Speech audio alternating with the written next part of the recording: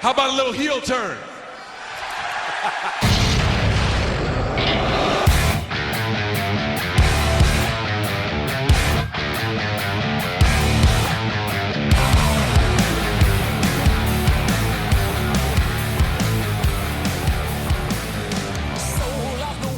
Well, hello, everybody. This is not Shot in the Dark, but I am your host, John Siino Evil here. And I'm going to be going a little longer than 15 minutes today. So if you're sick of my voice, you might want to turn this off after a couple minutes. But I'm not alone on this new experience here that we call Turning Heels, where we talk about the new Starz wrestling-related show Heels. But I am here with B Detroit from Detroit. What's up, B? What up, though? Thank you for having me. I was surprised to get this invitation to review this show with you. I'm honored, though, Siino. I mean, you like post wrestling like a legend right now. So, thank you. Some might differ, but I try my best. Yeah, I mean, ever since like I heard about this show, I always had interest in it, and the last wrestling show that I really remember was Glow, Gorgeous Ladies of Wrestling, that was on Netflix.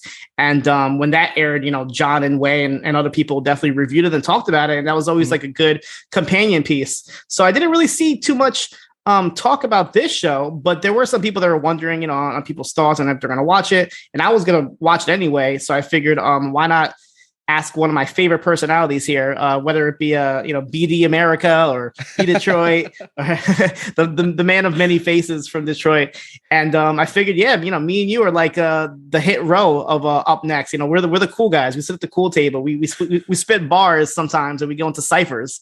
Not like Davey Portman and Braden Harrington. But I'll save my beef for up next summer. Fired. Shots in the dark fired, man. Shots in the dark fired. I love it. So I figured, why not talk about this show? And obviously, if there's any interest in it, people can leave feedback for us or, say whatever they want about the show. But hopefully they're watching. What was your interest going into this show before it aired? Just seeing the trailer like a couple months back and knowing that CM Punk had a hand into it. And I actually found out that James Harrelson, former football linebacker, played for the Pittsburgh Steelers, was in the show as a wrestler, and I always thought he looked like a wrestler. So I was kind of hyped to see this and see how it plays out and see where he goes with it too. So I was hyped from the first trailer I seen, I would say. Yeah, absolutely. I feel like I've been hearing about the show for such a long time because obviously Stephen Amell, lifelong wrestling fan. I know he went to WrestleMania 6, and then he obviously started working with Cody Rhodes and AEW. He had the SummerSlam appearance. Which I actually saw that live. Now that I think about it, I was in Brooklyn, so I actually saw Stephen Amell wrestle live. But he's always been a wrestling fan. Obviously, he even had like Cody on his show on Green Arrow. I used to watch Green Arrow, so I'm familiar with Stephen Amell's work. I've seen every episode of Arrow. I saw him in a couple other things. I know he was in the Ninja Turtle movie. He played Casey Jones. Yep. So when I knew that it was him working on this, I'm like, okay, this is actually pretty cool because this is a guy that actually has wrestled. He takes it seriously. Yeah. And the one story that I remember about this when they were filming it was that on the first episode he broke his back, and I'll actually point out which scene it is because I went back and read the article to see exactly where it was, and it's actually in this episode that this happened. So obviously this guy went through all this. I had no idea about that, and of course I'm a big fan of Arrow too, even when he was having Cody on there as a guest villain, so that was kind of cool. And I knew with having Stephen Amell doing this show, he wasn't going to let it get hokey because he respects the business. So, of course, once I seen that he was the star of the show, I already knew I was going to be into it. So exactly. And the way that I watch trailers now, and I do the same thing with movies, is like I'll watch a trailer and then I don't know if it's like some button I have in my head, like some reset button, but I forget everything by the time I watch the show or the movie, which I absolutely love because I honestly hate trailers. I just sometimes have to watch them. When I'm in the movie theater, I tend to just go on my phone because I don't like to be spoiled. I like to see a movie or a show just with no information. So I kind of went into this, even though I saw the trailer, all I knew was it's wrestling based, and I think these guys are brothers. That's the only thing I really knew about it. But I didn't know where it was based, who else was going to be in it, the characters' names and everything. So I was, pretty surprised with a lot of the stuff that we saw here. So when did you watch this? You watched this on Starz, I'm guessing, or alternative means? Okay. Yep. Watched it on Starz. Watched it twice. Watched it last night. Finished up this morning. watched it again this morning. It was pretty, like, I had to see it again because, you know, it was a lot of stuff you had to catch in that first episode. A lot of people who just surprisingly popped up. So it's going to be fun to watch these next, 8 episodes we got? Yeah, I think there's 8 episodes in total, I'm saying. So obviously, if there's more to this show and there's success to this Turning Heels podcast, we'll definitely continue it further. But hey, we're here to talk about everything because, you know, there's a lot of things happening. I know Wu-Tang season 2 is coming back to Hulu. So once that comes on, I'm sure we can discuss that and anything else that interests our entertainment minds. But the good thing about Starz is, and if anybody, you know, has Starz and they don't realize this, but you don't have to wait till 8 p.m. on Sunday nights when it officially airs. They put it on demand like right away. I know the same thing when Power used to air. They would just put the shows like right away on demand. So I know this was up like Sunday morning. I even know some people, like, I guess we're able to get this on Saturday, depending on what time zone they're in. Talking to you, Dickie Bird in Australia, who gets things early because they live in the past or the future, I guess. I watch on Starz now. They have a show Raising Kanan, which is the Power the third book to prequel, Power. right? Yeah. So I actually watched Raising Kanan. Then as soon as that went off, I'm like, oh, Heels already up. So I just watched Heels as soon as that got done. So nice. It's cool. If you want to watch it at 12, it's up at 12. That's perfect. I love things like that. The fact that, you know, you can just watch it whenever you want, and it's not like you have to be at home at 8 o'clock to watch it. You know, those days are kind of gone beyond us. But yeah, the show itself, like, I was pretty hyped going into it. Like I said, I didn't know what it was about, but I feel like the first note I have to say is this show, I guess, is made for people. It's made for people like us, obviously, because we love wrestling, but I think it's also made for people that don't know about wrestling because they pretty much start the show right away that says, in the world of professional wrestling, the heroes are known as faces, the villains are known as heels. Yep. Some people might not even know what a heel is, even though it's in the lyrics of How the Grinch Stole Christmas. It says, you know, you're a heel. That's the first time I think I heard the word you're heel. You're a mean one, Mr. Grinch. You really are a heel. You really are a heel. That's the first time I heard that term. And I think, you know, when I was young watching wrestling, I didn't know what a baby facing heel was. I didn't find out till later on in my life. So I'm like, oh shit, heel is an actual real word that people don't really use, I guess, in everyday vocabulary, but maybe they should. You know, I'm gonna start calling people heels and see what they say. I guess this is some old timey like insult, you know, like, oh, that heel Johnny down the street. He's like, what? Yeah. An asshole. And look at that baby face white meat or whatever the hell they used to say back then. So we're going to start the show here. And this is what I was talking about, because the first scene that we see is Jack Spade, who's played by Stephen Amell. He is writing notes for this match that he's doing. And the first thing he says that he types down is coast to coast. And we see the coast to coast wrestling move. This is the move that he broke his back in. He fractured his T10, his L1, and he was out for like a week after this. I'm surprised he even continued and he didn't have a stunt double, but obviously he wanted to do everything authentic. Yeah, they don't show the landing. So, you know, I noticed that. Now that you say that, they never show him land. They show him extend for the drop kick, and they never show him land. So I'm pretty sure it was ugly. Yeah, well, he said that he did it, and he didn't like how it looked. So he went ahead and tried it again, and that's when he got injured.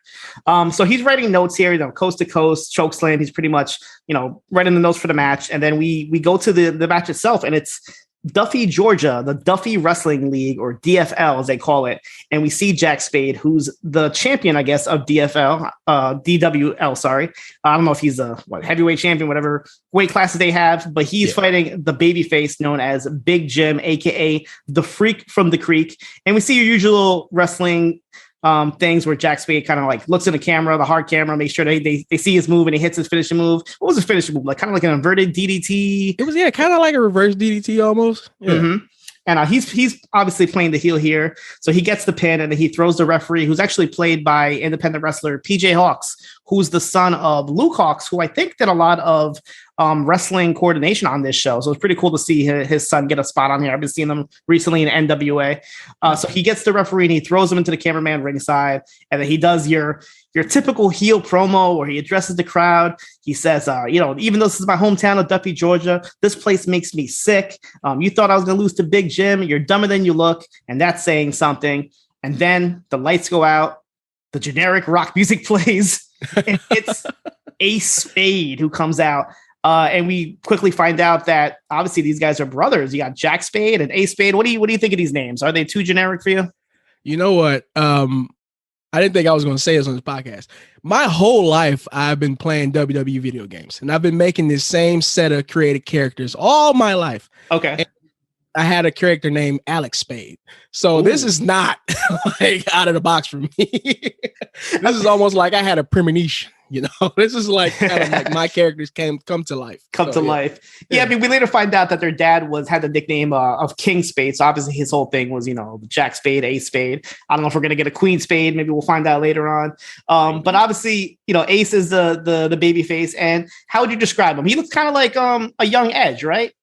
Yeah, kind of like young Edge. Kind of going for the stringy hair, kind of rocker look. He looks like late 80s wrestler to me, Right. And Stephen Amell is more of kind of like your typical heel. He's got the short trunks and just kind of like, He's aces and eights, Stephen Amell. Yeah, he had, I said that later on because he had like a vest on, like typical like aces and eights vest. I was like look at that. And shit. Yeah, he looks dope though. And Ace Spade is played by Alexander Ludwig. I'm not too familiar with him, but I'm pretty sure he was on Vikings for a while. I think that's where he was he most played well-known. If you haven't seen the new Bad Boys for Life.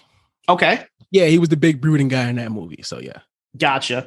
So Jack is obviously getting Ace is getting a big reaction here. I'm going to probably mess up these names because Jack and Ace, like it's so like easy to like shuffle these names together. Kind of generic, yeah. See what I did there? So he's like making out with his valet, known as Crystal. We'll get into Crystal later on. And he cuts a promo on his big brother, Jack. We find out this is his brother and says that, let's settle this tonight because you disrespected my best friend, Big Jim here. And you disrespected my people and you insulted this whole federation here, and you're wearing my belt. So Jack starts walking away, and Ace says, "Daddy would be ashamed of you." And Jack does like the usual heel thing where he's like, "You fans, you want to see me wrestle him? Yeah, you want to see me wrestle him?" And they're like, "Yeah." And he goes, "All right, next week you'll see me wrestle in the main event." And the crowd boos. And this is the best line of the show to me because it seemed like it was a screw up, like a scripted screw up in the show, obviously, but a screw up in the actual real life, where Ace says, first Jack says, "I'll wrestle you here next week in the main event." So then Ace, the babyface, says, "Anytime, any place." And Jack is like, "I just told you the time and the place, stupid." The best line of any promo that was going on. So Ace, the babyface here, who has tons of children cheering for him, his comeback line is, "Fuck you." And the whole crowd erupts here. And this is just hilarious. I love this part. The fact that like the babyface he messed up the line and said, anytime, any place after the heel literally just said the time and the place.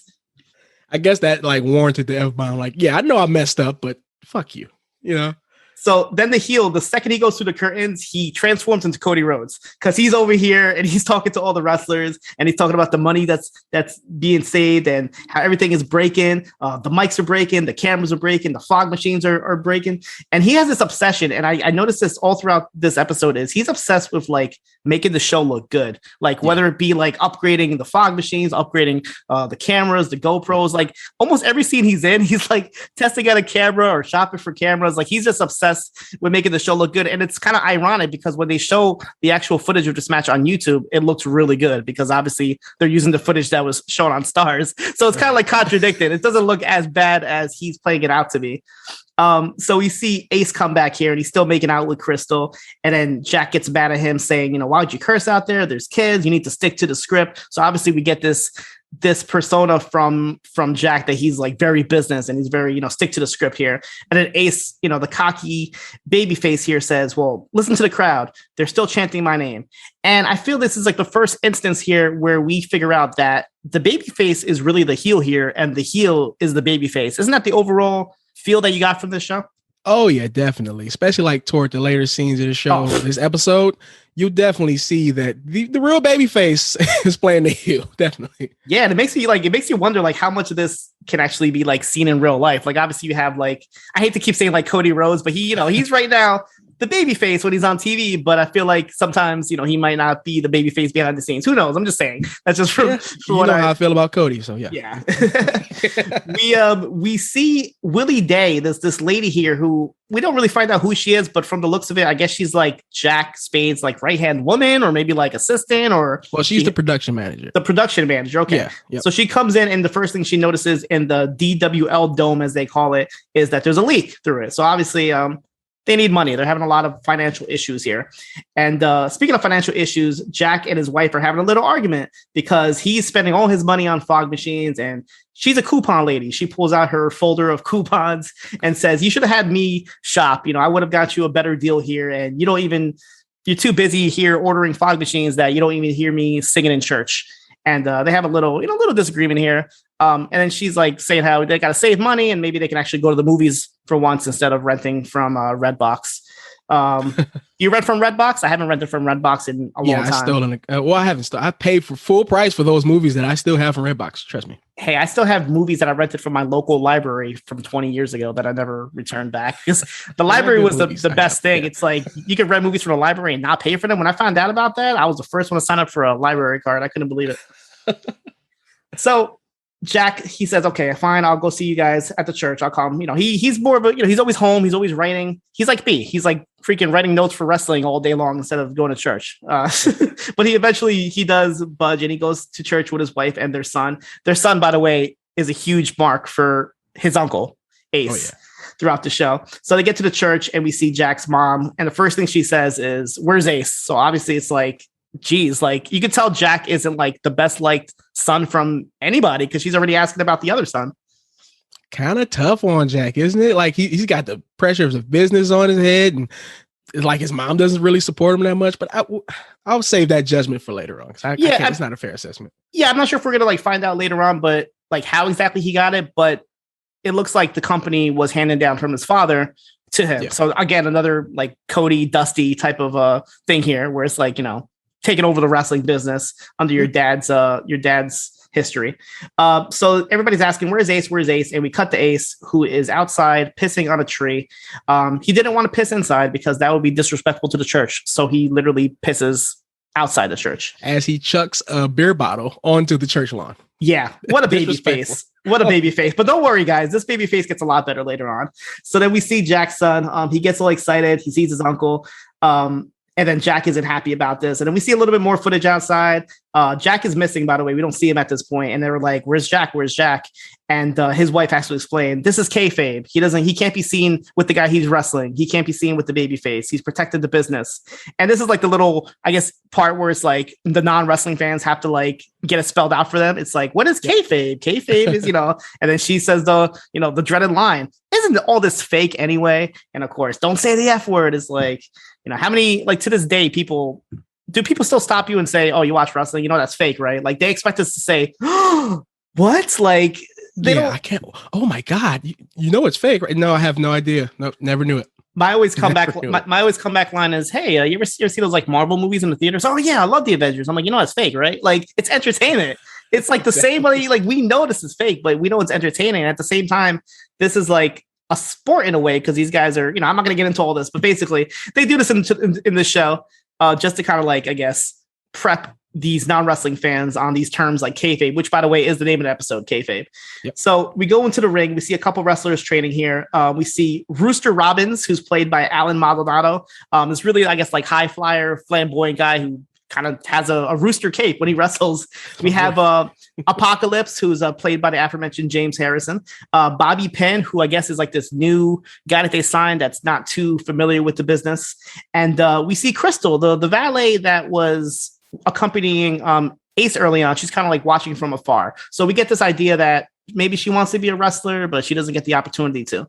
So we go into the actual ring itself, and Rooster hits a moonsault on Bobby Penn, and Bobby Penn just starts laughing. And Rooster's like, what are you doing? You need to sell it. And he kind of informs him that this is how wrestling works. You got to pretend like you're hurt. So then he's like, okay, try a flying elbow drop to me. So Bobby hits the elbow drop, but he legit hurts him. And Bobby's like, oh, wow, you're really selling it. He's like, no, asshole, like you really hurt me. And Crystal is like, oh, you did it wrong. You let your weight come down on your elbow. So obviously Crystal knows her shit. Yeah. She seems like she's like just a big mark. And she's trying to get her way into the biz through Ace, but hopefully that's not the case. She seems like she has her best Ace's best interest at heart. So yeah, that's like I guess like the B storyline is Crystal is obviously not given the opportunities. I'm not sure what year this is supposed to take place in, but by like the way the things are, it feels like this is like late 80s, early 90s, just by like the way that they act. But it doesn't look like it. But they definitely have the wrestling tropes from that era. Yeah, because Crystal's not welcome.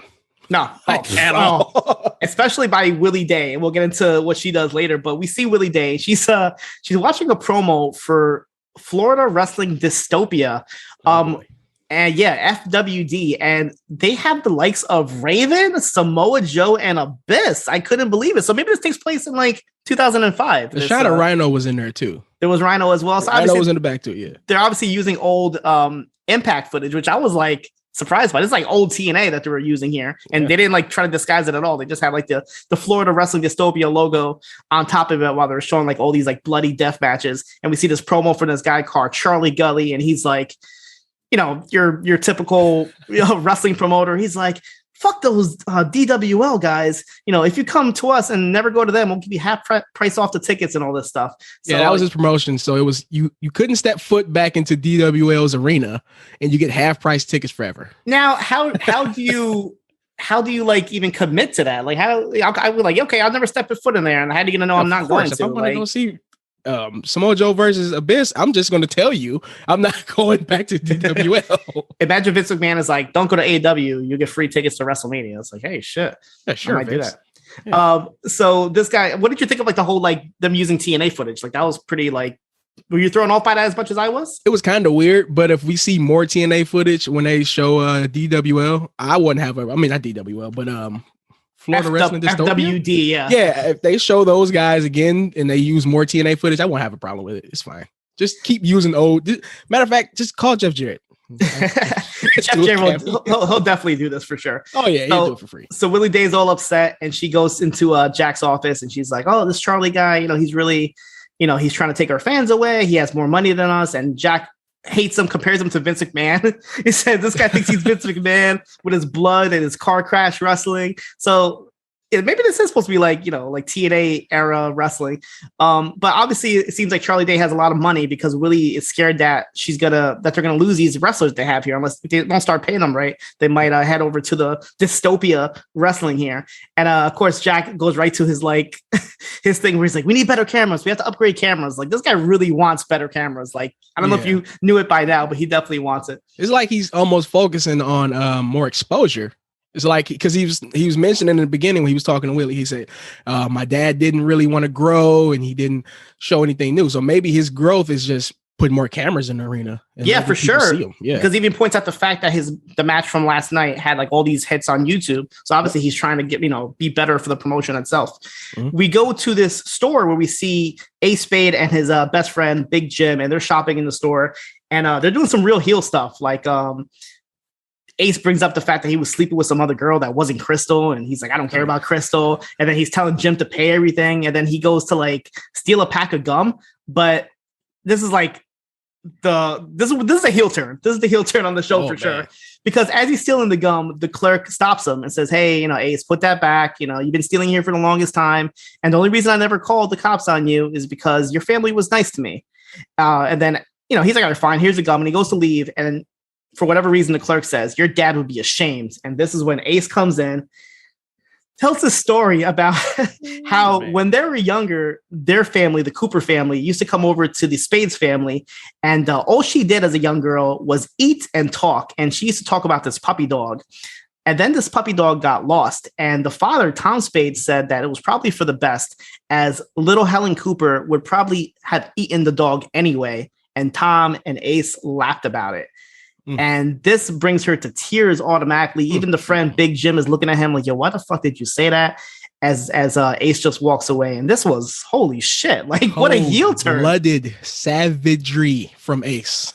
Oh, like if you didn't know he was the bad guy after this promo, like, I don't know what to tell you. Like, this was, I couldn't believe this. I didn't expect this at all. It came out of left field. Yeah, and the girl's instantly in tears. And I like how they're showing us how Jim is almost Ace's moral compass. And he's like, keeping Ace kind of square, but Ace is just loose cannon. He doesn't give a shit about anything. Right. He's yeah, obviously. And, Yeah, obviously he's younger. He's like kind of like a don't give a fuck attitude. He's a little delusional in a way. Like he thinks he's a good guy. There's even some lines later on where he's like, I am the good guy. I'm trying to be good. Like he thinks that he's the character that is on TV, but he's definitely not acting like it. Oh, not at all. So we see a quick moment here where Jack is still writing notes for the match, and he actually gets a phone call from Mr. Cooper. So, it looks like he got the information about what his brother did. Yep. We go to the locker room and we see a couple of the wrestlers talking, including this one wrestler who really reminds me of Brandon from New Jersey. I know he's going to hate me for saying this if he's listened to it, but he looked just like it with the face and the beard and everything.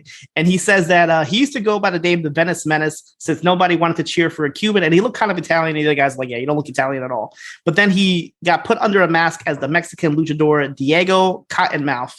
And the fans boo him because he tells them that he's here legally.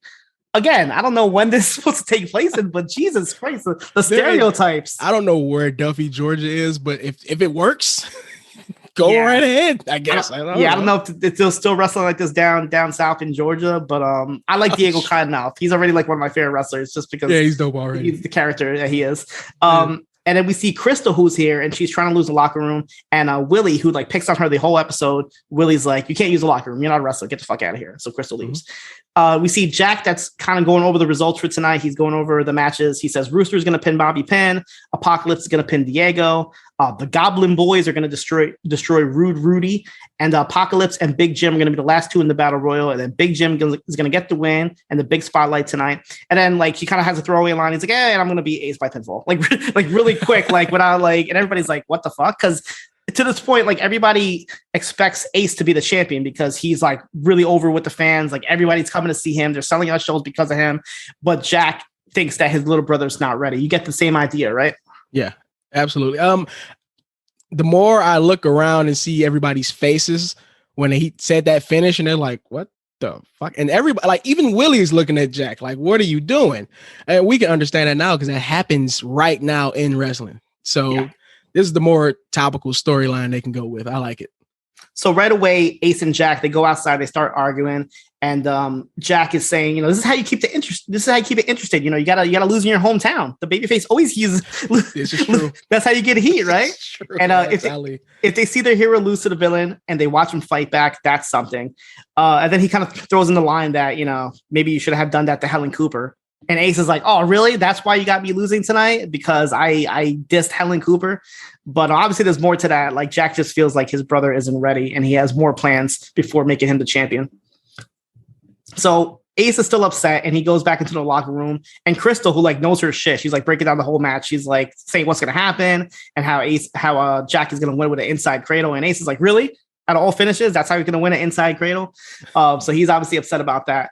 And you know what happens when you get upset? You just have a random sex scene. So then, just toss a sex scene in there. Well, we find out here that Crystal pretty much has been looking up the Spade brothers her entire life, and she's been coming to wrestling shows. She's a little kid, and it has inspired her to become a wrestler. You know, she watched him play football, she watched him wrestle, and you know she wants to get in the ring and wrestle as a result.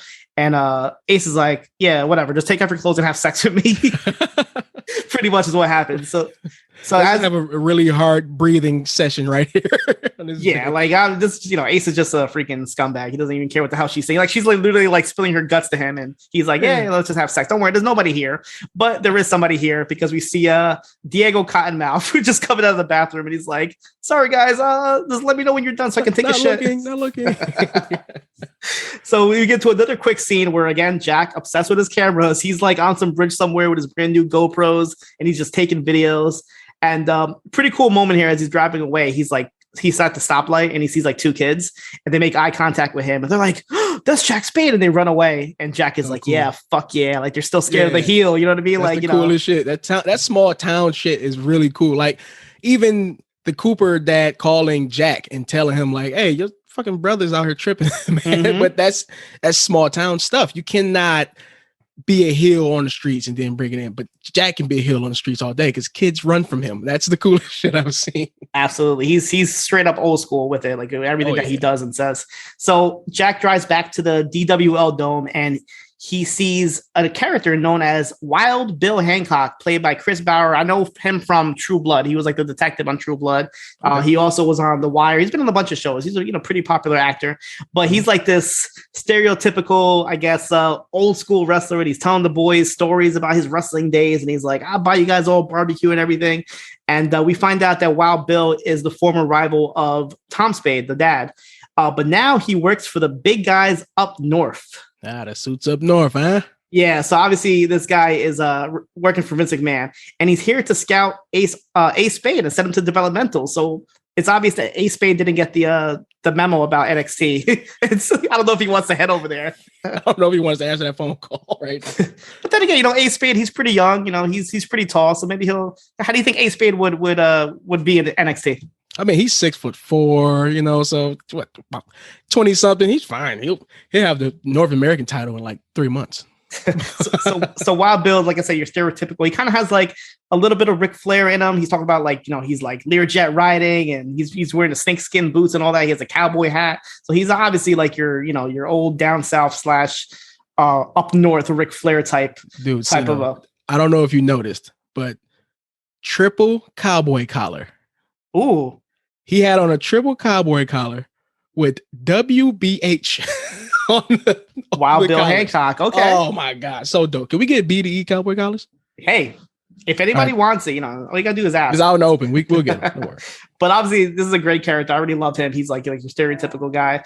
And he's like taking a shot at Jack. He's like, because the thing is, Jack is upset at him because I guess after his feud with his dad, he just left the company. He just went up north. He's got the big bucks. He wanted to be on WrestleMania. He wanted to fight Macho Man and Ricky Steamboat and all those guys back then. So Jack still holds a grudge at him for not supporting the company and coming back. And obviously, the only reason you're coming back now is to steal our talent away. So a lot of parallels here to real wrestling.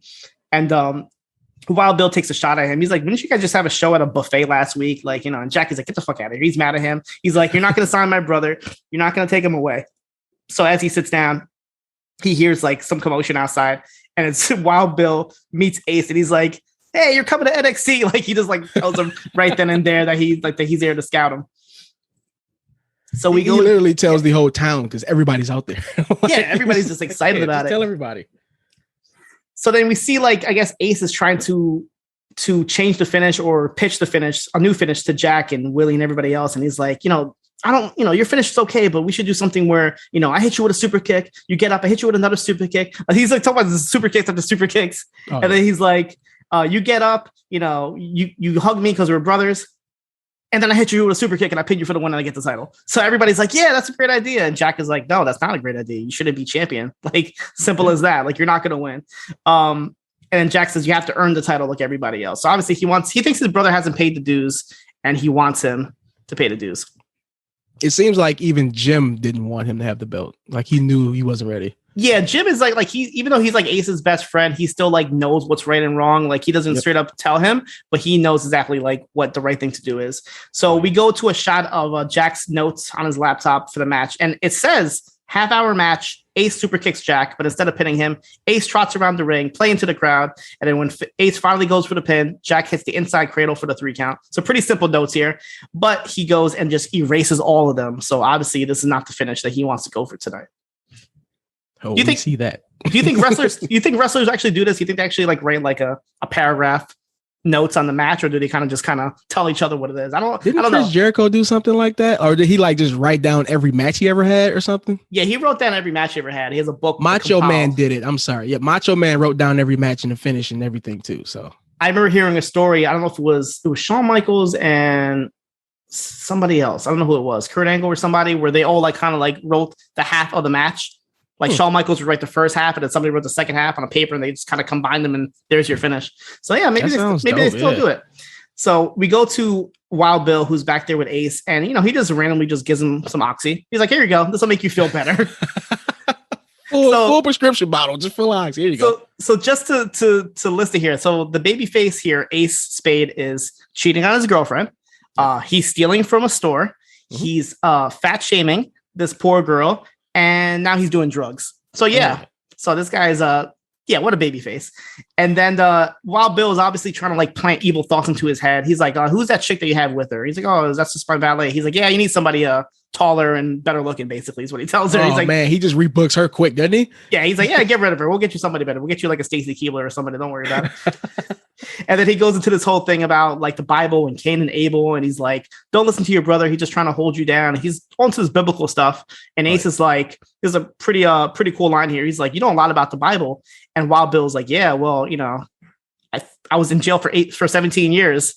for going against the Bible. So pretty much like this guy's obviously serving a lot of jail time. And he hands Ace like this 2x4 that I guess has some sort of significance to his dad. Like, I know his King Spade is on it, and he goes to this thing how your dad loved this shit. That's why your names are Ace and Jack. So I'm guessing their real names are actually Ace and Jack. Like that's what I got out of this. Because their last name is Spade. So I really do think that's their names. Yeah, that's all right. I mean, Ace and Jack, I guess those are pretty simple names. So then like Ace kind of fights back a little bit. He's like, I love my brother. He picked me up once from school. He tries to go into this whole story. And then Wild Bill just like says, cut that shit out. You're in charge now. You do what you want to do. So Ace is like, he puts his foot down. He's like, yeah, you're right. I'm not going to go sign autographs now. Like that's I'm not going to go make any money because I'm going to show my brother. Like, yeah, okay. It's like, first of all, like that's a heel thing. Like, why would you not want to go sign autographs? How's that like telling your brother? You know what I mean? Like that. We go to Jack, who's climbing, I guess, there's like water tower or something, and he sees a Big Jim on the top, and he's like, "I've been looking all over for you. What are you doing over here?" And then he tells a story about how when he was younger, he like sneaked out to go watch WCW. So, a WCW reference here, and he's like, "I saw this match where it was Sting fighting Ric Flair for the championship, and Sting, came on top and won the match. But the first thing he said on the microphone was how Ric Flair was like the best wrestler he's ever wrestled." So I think this is like Great American Bash 1990 he was talking about. I think it's an actual event that he was referencing here. Yeah, I didn't even look up the match. I should have. Pretty sure it was Great American Bash. So I think I remember seeing this event. So he goes to this whole spiel, and Big Jim is like, "So basically what you're telling me is that you want me to turn heel tonight." And Jack is like, "Yeah, I want you to come out during the main event. I want you to attack my brother Ace. And then me being the brother, I kind of stand up for him. And ask you what the hell you're doing, and this causes a double turn." Then Jim is kind of like, I don't really like to do this. I'm a good guy. I like to walk around as a good guy. I don't want people booing me. And then Jack is like, "Come on, do it." And Big Jim is like, "All right, listen, I'm retiring." And he's like, "What?" He's like, "Yeah, I'm gonna have a baby tonight, or not tonight. I'm gonna have a baby, being born soon. And my wife doesn't want me to do this. She doesn't understand this shit. She wants me to get a real job and be a real human being." And Jack being old school, he's like, "I don't understand it, but okay, fine. Whatever you want to do." And Big Jim is like, "If you want me to still turn heel tonight, I'll do it." And Jack is like, "No, that's all right. That's fine." So obviously this is like, I don't know if it's going to be an ongoing storyline or if we're just not going to see Big Jim anymore, but it seemed like he just didn't, his wife from the get-go, when she was like, "I don't understand this wrestling stuff." I don't know how, I mean, he was like so over in that first match. In the first match at the beginning of the show, like he looks like everybody loves him. So I understand he's a real good guy at heart anyway. So he doesn't really want to walk around getting booed. And, I would expect that for him because his wife doesn't understand it. And she's coming to these shows and she's looking like, what is this? She didn't even know what heel the kayfabe was. So it's like, yeah, I can see him retiring and, trying to live that family life, but it's hard being a wrestler. Oh, yeah, absolutely. For some reason, I feel like he's not going to retire. But the fact that we just got introduced to him in the first episode, I feel first like episode he wants to retire. Maybe Wild Bill's going to throw him some money and send him over to NXT as well. So we go into the DWL locker room and we office, and we see Jack and Ace, and they're getting into this big argument. And Jack is mad at Ace for leaving, and Ace says that you would do the same thing. And Jack is like, "No, I wouldn't. This is my company. You should be on the wall like me and Dad." And he's like, "Whatever, go to NXT." And then and you'll come. And Ace is like, "I'll come back." And Jack says this note like, "Yeah, you'll come back in a body bag or a casket or whatever." So like, we don't really know what happened to the dad at this point, but we're kind of like gets put in two and two together. Obviously the dad is dead, but we don't know what happened to him. But they're, just throwing hints at it. And then Ace brings up the fact that, "Hey, Jack, maybe you're mad because your son cheers for me instead of you." So it's like, ooh. And maybe there's some truth to this because, Jack wants to be a babyface. Obviously he wants to do the heel turn. I mean, the face turn. So maybe that is getting him upset. It could be, but I still think Ace is just a star. I mean, his son is going to be Ace's number one fan regardless. There's nothing he can do about it. Even when Ace leaves, he's going to be Ace's number one fan. So if he wants to turn, it'll be cool for them to turn Jack face right before Ace leaves. He's going to leave inevitably. Yeah, I'm sure the son's going to be like, "Yeah, Dad, I don't even want to watch this anymore. Can we get NXT? Like, I want to see Uncle Ace. I want to see Uncle on. I want to see Uncle Ace against Darby Allin. Like, what's going on? I don't want to watch you anymore." So we go back into the locker room, and a funny moment here, Diego Cottonmouth is telling the other wrestlers, "Hey, can you guys guess what kind of snake I am?" And they're like, "Cobra, python, rattlesnake." And he's like, "No, I'm a cottonmouth." Of course, You're trying to make wrestlers look stupid as always. And again, we see Crystal just kind of sneaking her way into the locker room, and she's trying to put her makeup. And fucking Willie Day, I don't know what her issue is. She really hates Crystal. She's like, get out of here. She's like, what the fuck are you doing here? Get out of here. You're a valet. And Crystal's like, I'm not just a valet. I'm a wrestler also, or I can wrestle also. So obviously, Crystal wants to be a wrestler, and she's not being allowed to be one of the boys. So I'm pretty sure she's gonna have her redemption story soon. And just sign some ladies. Jesus, it's not that hard. Yeah, I guess Duffy, Georgia, they haven't reached the women's revolution just yet. Oh no. Definitely, man hasn't been there. We go to a quick scene where we see Ace out doing drugs with Wild Bill. I guess he's like sniffing something. I guess that's the oxy that Wild Bill had handed him. And Ace goes to address Jack goes to address the locker room after Willie Day is like, hey, it's okay. You'll be all right. Just go in there and just get the boys all amped up. So as he walks in, Wild Bill's already in there, and he's like, all right, we're going to have a hell of a show, guys. And Jack is like, what the fuck? Like, he's doing my job for me. He says, hey, you got anything else to say? I mean, he's like, what? What do you mean? This is my job. Yeah. He's like, oh, any last words you want to say? He's like, I'm good. We go into this like wrestling montage set to Anyone Who Knows What Love Is. Really nice song here to kind of like set the mood. And we see a lot of cool things here. We see a cameo from Doc Gallows, Luke Gallows here out of nowhere. He just kind of chilling in the locker room, and then he shows up in the Battle Royal later on. Big LG. I was hyped to see him selling like no one else can sell, because he sells great. I'm sure nobody likes LG, but I like the way he sells, man. Nah, he's been around for a while. He's paid his dues. So we see a couple of the guys hitting wrestling moves. We see everybody, booing Diego, the Mexican, obviously. So they're throwing stuff at him. We see Rooster. I don't think he's a wrestler, but Rooster's hitting some pretty crazy moves here. He's doing like some corkscrew spins and a whole bunch of like different things. I'm like, this guy's pretty good. Whoever trained him. Rooster. For sure. And then we see a little quick scene here with Jack's wife. I think her name is Stacy, and she's like trying to, are you okay for tonight? You look a little bit nervous. And he's like, yeah, I'm okay. And then she like kind of points out that, hey, how those GoPros going? And he's like, what? And she's like, dude, I'm your wife. I fucking track all your credit card purchases. Like, what do you think you're doing? I know everything that you're spending money on. And he's like, oh, okay, I'm sorry. Like this whole thing with the cameras. Right. And then as he's leaving, she's like, so what's the finish going to be? And he says, it doesn't matter. It's not real. So obviously he's up to something. So as Ace and Jack are about to enter, we get this quick line where Crystal's like, hey, Ace, if you're going to leave, you're going to take me with you to NXT. I heard their women's division is pretty good.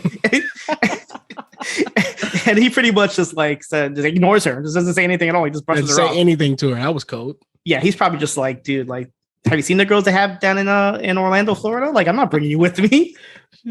She's Maying. Yeah, for sure. So Jack and Ace are kind of standing by the curtain, ready to go in there. And Jack is like, you know what? Fuck your belt. I already won. I get to leave here while you stay here forever until you kill yourself like dad. So that's the big like reveal here that their dad obviously killed himself, which is another thing that unfortunately hits close to home in wrestling, especially like down south, WCCW and all that. Yeah. So they get into a little scuffle, and the wrestlers kind of like stop him. I think Big Jim is like all excited, so he's like, "Hey guys, I love you guys," and he's like hugging them as they're like trying to like fight each other. So they eventually the match starts. They go to the ring. Jack comes out to his like generic heel music. He comes out first, and then Ace follows him. The big baby face reaction. Bell rings, and Jack attacks him with a German suplex and applies an arm breaker, like a shoe arm breaker. And the referee is like, yo, what are you doing? You're going to hurt him. And Jack says, well, then you need to call off the match, right? So he stops the match, and the Duffy screw job takes place. Oh, man. I did not expect Jack to go in there and just straight fuck Ace over with that Salt of the Earth. I did not expect that. That's what it is, right? The Salt of the Earth. He must have been watching MJF matches. That was tough, man. Oh, man. Yeah, I didn't expect this at all. They gave us so much in those 5 minutes. We got the bombshell that dad committed suicide, and now you just damn near ripped your brother's arm out of socket and just blew the match. Yeah, like I know he's like the heel, but it's like, this is the big main event that they've been waiting for, and it ends in like 10 seconds. The entire town shut down for this match. Oh, yeah. The whole crowd got silent after this. And then Ace gets up and he smacks the shit out of his brother Jack to the point where he like falls out of the ring. The crowd boos. They say, we want a refund. This is a ripoff. They start throwing food and drinks into the ring as the show ends, and Jack walks away. Still the champion. He didn't want his brother to take the belt and go to NXT with it, obviously. Yeah. Great ending to that show. By the way, great. That last 10 minutes was phenomenal. Like even just that montage with the entire show card with the montage with the song over. I'm not sure the song you said earlier. What was it?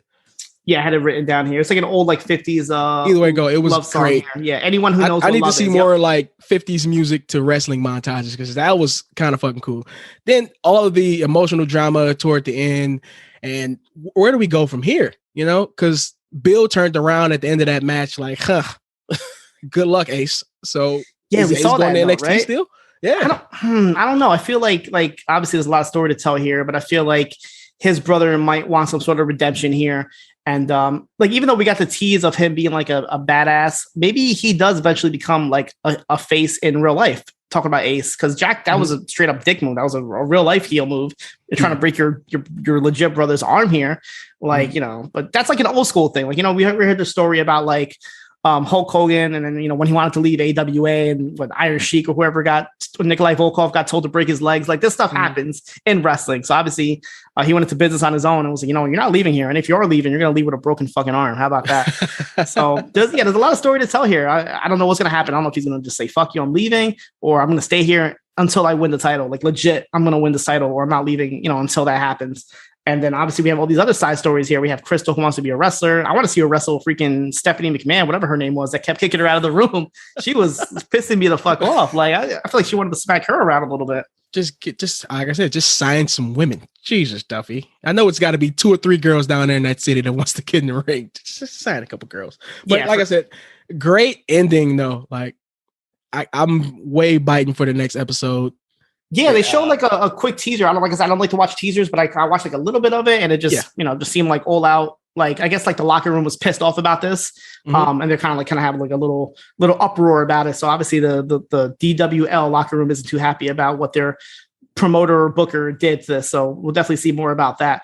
I was surprised about the overall show in general. Like I was looking to see who was behind it, and it's created by a gentleman by the name of Michael Waldron, who's actually the writer and producer of Loki, and he's the writer of the upcoming Doctor Strange Multiverse of Madness. So obviously this guy is working on some really big stuff. It's not, for some reason I was expecting more of like the CW level, like no diss on them, but CW is CW. Like, yeah, it's just TV. DC isn't on the same level as like a movie, but this definitely felt like it could be like something that you would see like on the big screen if they made it into an actual like full length feature. Oh yeah. This is it seems more authentic already than most wrestling adaptations, more than Glow. Actually, even though Glow went through a whole different process, this is way more authentic to real wrestling. And I hope that they would stop like halfway through the season, stop explaining so much of the wrestling terms to us. Yeah. I feel like they will. I feel like Stephen Amell won't let it get to that. Won't let it get to episode 7. He's still explaining fucking terms and stuff, So I think he'll cut it off soon. But other than that, it was great. Yeah, just looking at like the show titles, like obviously this one was called Kayfabe, and the show title for next week's episode is called Dusty Finish. So obviously we as wrestling fans, we know what a dusty finish is, but the usual person is not. And if their whole thing is to try to grab the attention of non-wrestling fans, then I think they did a really good job at it. It's filling the void that I had with Glow, where it's like there's a lot of drama. Obviously, there's a lot of real life aspects to it, but then there's also a lot of comedy as well. Like, you got your funny characters, or you have your Diego Cottonmouth from New Jersey, whatever his name is. Like he's a funny character. From New Jersey. My dream is down the road. Like Crystal's like, fuck this shit, I'm just gonna go to Glow, and then we have like a crossover episode where it's like, I'm going to go to Glow and wrestle the gorgeous ladies of wrestling while you guys are over here, breaking each other's arms or whatever you're doing to each other. So, and CM Punk, he's supposed to show up in this episode, on this series as well. I'm not sure if it's episode 2 or 3 but he's definitely going to show up here. So that should be something to look forward to. I'm definitely looking forward to seeing CM Punk in this show. I want to see more, of like indie guys or like AEW guys into this show. If I was one of those guys, I'd be dying to get on this. Just to play a different character or play yourself, Yeah, who would you like to see? Who from it's safe to say we're not going to see any WWE guys in here, but who from like AEW or like any other wrestling you think would be a good addition to this show? I like to see Sting, just because he brought up Sting and Sting's available and he can act. We've seen Sting act. Some of those older guys, they can just come down there and give that just bump to the show, like Big Show maybe. I mean, there's no Big Show, but it could be there. Big Show, Mark Henry, any of those guys. Cody should make an appearance. Yeah. Why is AEW not helping this show? And why is Cody not trying to be on the show? I have no idea. Yeah, I mean, maybe they don't want to like spoil the whole CM Punk thing, which obviously everybody knows. But maybe one of the deals is once CM Punk is there, he's going to promote the show. You know, he's going to want people to see it because that's obviously a good crossover. But then you have your legal aspects to it. I don't know who owns Starz or if Turner's even allowed to promote them, whatever the case is. But obviously they're sending the wrestlers over there, so that's a cool thing. I want to see Miro. Miro will be like a good like typical foreign wrestler to fight like the big baby face here. So I think Miro will actually do pretty good in this. Yeah, let us book the show. I think we're doing pretty good booking it already. Yep. So that's episode 1. Any final thoughts or any other predictions you have for this show going into the next episode? I'm going to predict out, like, I'm going to project into the season more, you know. We haven't seen any tag teams. Like, they talked about tag teams, but we haven't seen any. I'm going to predict Ace and Jack teaming up. Ooh. You know, maybe like season finale or something like that, you know. So just nice. Those two teaming up, yeah. So as I'm looking at the upcoming cast, I see that CM Punk is playing a character named Ricky Rabies. I guess that's his name. And he has a valet by the name of Vicky. So it's Ricky and Vicky. So I feel like Vicky might step into the ring with one Crystal here. Or and that's how we get the introduction of Crystal into the wrestling ring. I'm gonna guarantee when she does wrestle, she's gonna do like fucking Huracan Ranas, Poison Ranas, 450 splashes. Like she's gonna do the stuff that the boys can't do, and everybody's gonna be like, "Oh my god!" And she's gonna be the big star there. She's buzzing a destroyer out. Oh yeah, first one on the show. Yeah, for sure. But So hopefully you guys liked this podcast, Turning Heels, talking about it. If there's any comments or suggestions, anybody else watched the show, let us know. Hit us up on the upNXT Facebook group. Twitter, you know how to find us by this point. But thank you, B Detroit, for doing this with me. This is a great platform for us to just talk. Thank you for having me. Thank the overlords of post wrestling. Thank Braden and Davey. Thank you, Siino. Yeah, see, I'm gonna pull a Jack Spade here, and I'm not gonna thank Davey and Braden because I have a rap battle coming up with one Davey Portman.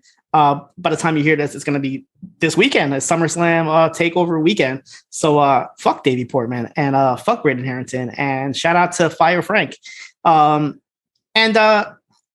think somebody else on this podcast might be hosting this rap battle. So if that's the case, might have to talk. Might have to work something out. We'll talk about it. Fuck the free world, by the way. Too. Okay.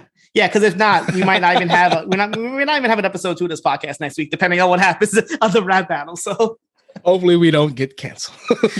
All right, that's it. Anything you want to plug? I know you got your podcast still going, Detroit Players. I was actually listening to it earlier today, a little bit of it.